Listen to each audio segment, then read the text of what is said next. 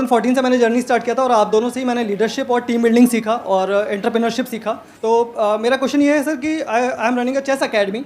तो being a chess coach मैंने as a freelancer start किया था और आज जो मेरी सबसे बड़ी प्रॉब्लम है, मेरा अकेडमी का जो रेवेन्यू है 1 CR मैंने क्रॉस कर लिया है पर ईयर का। Very good.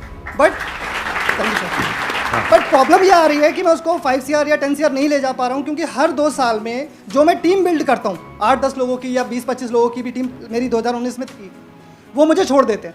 तो कहाँ गैप आ रहा है वो मैं नहीं समझ पा रहा और काफ़ी टाइम से मैं ये सवाल पूछना चाह रहा था। वेरी क्विक आंसर, क्रिटिकल को रिपीटेबल में कन्वर्ट करना है, क्योंकि आप जो काम कर रहे हैं उसमें क्रिटिकल स्किल सिखा देते हैं अपनी टीम को और वो रिपीटेबल नहीं हो पाता, फिर वो आपसे अलग हो जाता है। दूसरी चीज, आपको एक काम बहुत जरूरी है यहाँ पे कि बड़ी मशीन का छोटा हिस्सा वर्सेस छोटी मशीन का बड़ा हिस्सा। आप क्या कर रहे हैं, आप छोटी मशीन का बड़ा हिस्सा उन्हें बना देते हैं तो वो आपसे इंडिपेंडेंट हो जाते हैं। उनको बड़ी मशीन का छोटा हिस्सा बनाइए। इसमें 2 बातें ध्यान रखना, मैं समझाता हूँ आपको। जैसे गाड़ी बनती है, गाड़ी बनने में एक आदमी स्टीयरिंग फिट करता है, टायर फिट करता है, बम्पर फिट करता है, गियर फिट करता है, टच प्लेट लगाता है, एक दरवाजा लगाता है, एक विंड स्क्रीन लगाता है। वो सब क्या है, बड़ी मशीन के छोटे हिस्से हैं। वो अपने आप गाड़ी नहीं बना सकते, वो पूरी गाड़ी नहीं बना पाएगा, उसको एक हिस्सा आता है। तो एक हिस्से पे काम कराइए उस टीम से। अगर वो बड़ा हो रहा है और वो छोटी मशीन का बड़ा हिस्सा बन रहा है और उसको पूरी गाड़ी बनानी आ गई है अब, तो फिर वो आपके एम्प्लॉय बनने के लिए नहीं है, अब आप उसको पार्टनर बनाइए तो आपको छोड़ के नहीं जाएगा।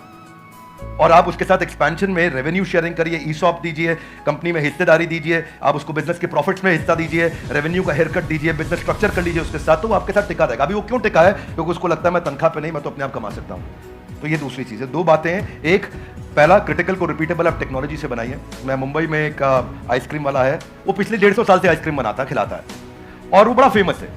दुनिया भर में लोग उसकी आइसक्रीम लेकर के जाते हैं, उसका मिल्क शेक लेके जाते हैं, वो ड्राई आइस में पैक करके देता है, डब्बे में सील करके देता है। और मैं भी देखा, बड़ा अच्छा लगा मुझे देख करके। लेकिन तो बड़ा लिखा है कि हमारी देश में कोई दूसरी ब्रांच नहीं है। तो मैं सोचता हूँ भाई तेरा कितना दुर्भाग्य है कि तू 150 साल में दूसरी ब्रांच नहीं बना पाया, क्योंकि वो क्रिटिकल को रिपीटेबल नहीं कर पा रहा है। तो आप क्रिटिकल को रिपीटेबल करने के लिए टेक्नोलॉजी बिल्ड करिए, तो फिर आप उसको स्केल कर पाएंगे। वो आपका पहला आंसर। और दूसरा, मैन पावर रिटेन कर पाएंगे, क्योंकि आप उन पर डिपेंडेंट नहीं है, वो दूसरा आंसर। तो दोनों चीजें कवर की। धन्यवाद। तो यहाँ पे मैं भी थोड़ा सा अपना पर्सपेक्टिव ऐड ऑन करता हूँ सर, कि अभी जो सर ने बात बोली बिल्कुल परफेक्ट है कि ये 2 तरीके हैं जो सर ने बताया। एक मेरे भी पर्सपेक्टिव से अगर आप देखेंगे तो आपको 2 चीजों का ध्यान रखना पड़ेगा। एक, या तो कोई ऐसा ब्रांड बना लीजिए अपना कि वहां पे इतना बड़ा एंट्री बैरियर आ जाए कि लोग ये कहें कि हमको चेस नहीं सीखना है, क्योंकि चेस सिखाने वाले तो बहुत लोग हो सकते हैं, वो कहें कि हमको तो इससे चेस सीखना है।